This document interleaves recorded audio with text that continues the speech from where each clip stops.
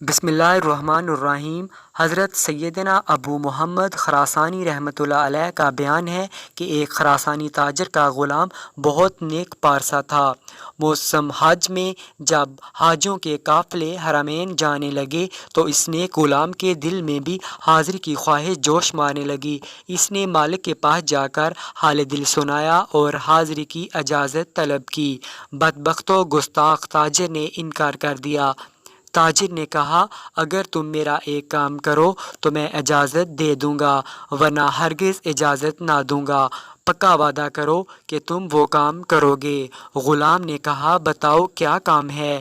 بدبخت تاجر بولا، جب روضہ رسول صلی اللہ علیہ وسلم پر جاؤ تو وہاں جا کر یہ کہنا، اے اللہ کے رسول، میرے آقا نے یہ پیغام بھجوایا ہے کہ میں آپ کے دونوں دوستوں حضرت ابوبکر صدیق رضی اللہ تعالیٰ عنہ اور حضرت عمر فاروقی رضی اللہ تعالیٰ عنہ سے بیزار ہوں۔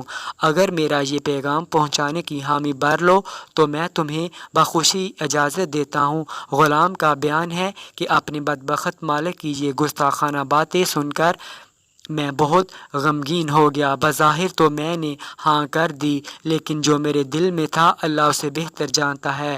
بہرحال میں قافلے کے ہمراہ مدینہ روانہ، دھڑکتے دل، لرزتے قدموں اور پرنم آنکھوں کے ساتھ روضہ رسول صلی اللہ علیہ وسلم کی جانب بڑھنے لگا۔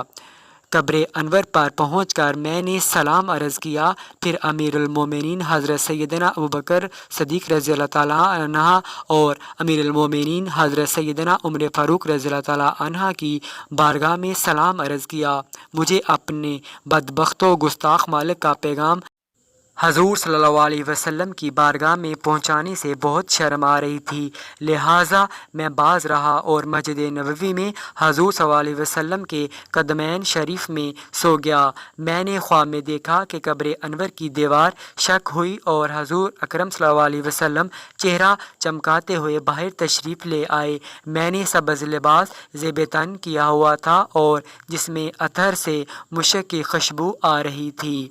سارا ماحول مشکبار ہو گیا۔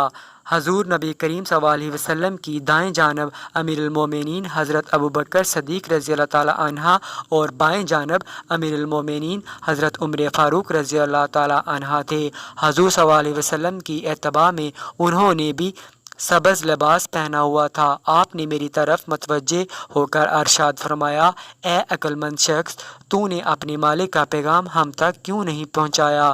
حضور صلی اللہ علیہ وسلم کی ہیبت اور رعب و دبدبہ اتنا تھا کہ میں نے سر جھکائے دست و بستہ عرض کی کہ میرے آقا، مجھے شرم آتی تھی کہ میں آپ کو آپ کے پہلو میں آرام فرما دوستوں کے متعلق اپنے بدبخت مالک کا گستاخانہ پیغام سناؤں۔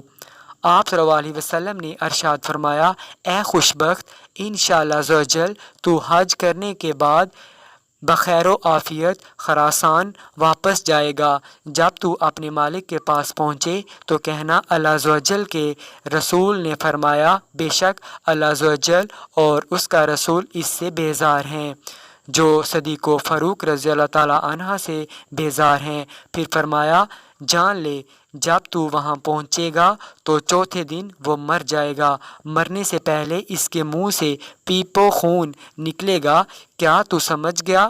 میں نے عرض کی، میرے آقا، میں خواب سمجھ گیا۔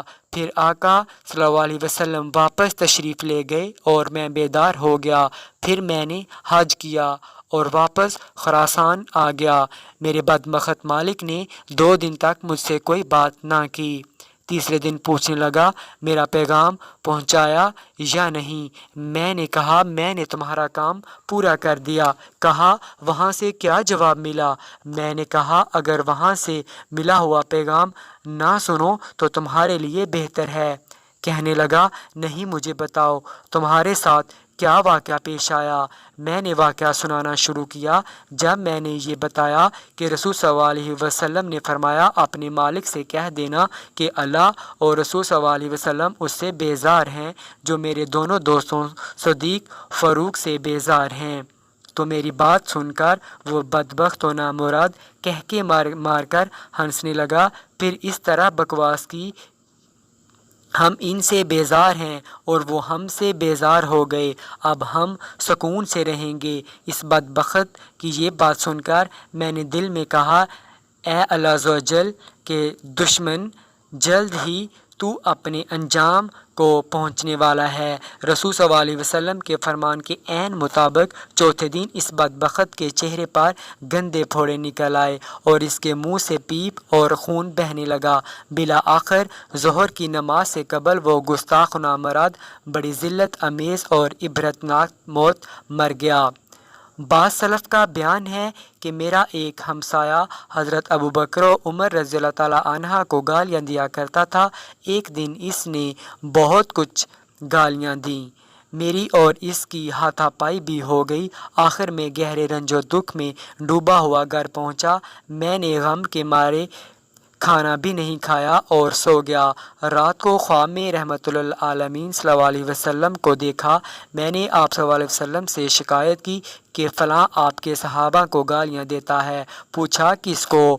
میں نے کہا حضرت ابوبکر و عمر رضی اللہ تعالیٰ عنہ کو۔ آپ صلی اللہ علیہ وسلم نے مجھے چھری دی کہ اسے ذبح کرو۔ چنانچہ میں نے چھری لی اور اسے لٹا کر خواب میں ہی ذبح کر دیا۔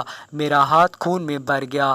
میں نے چھری زمین میں ڈال دی اور زمین سے ہاتھ پونچھنے لگا۔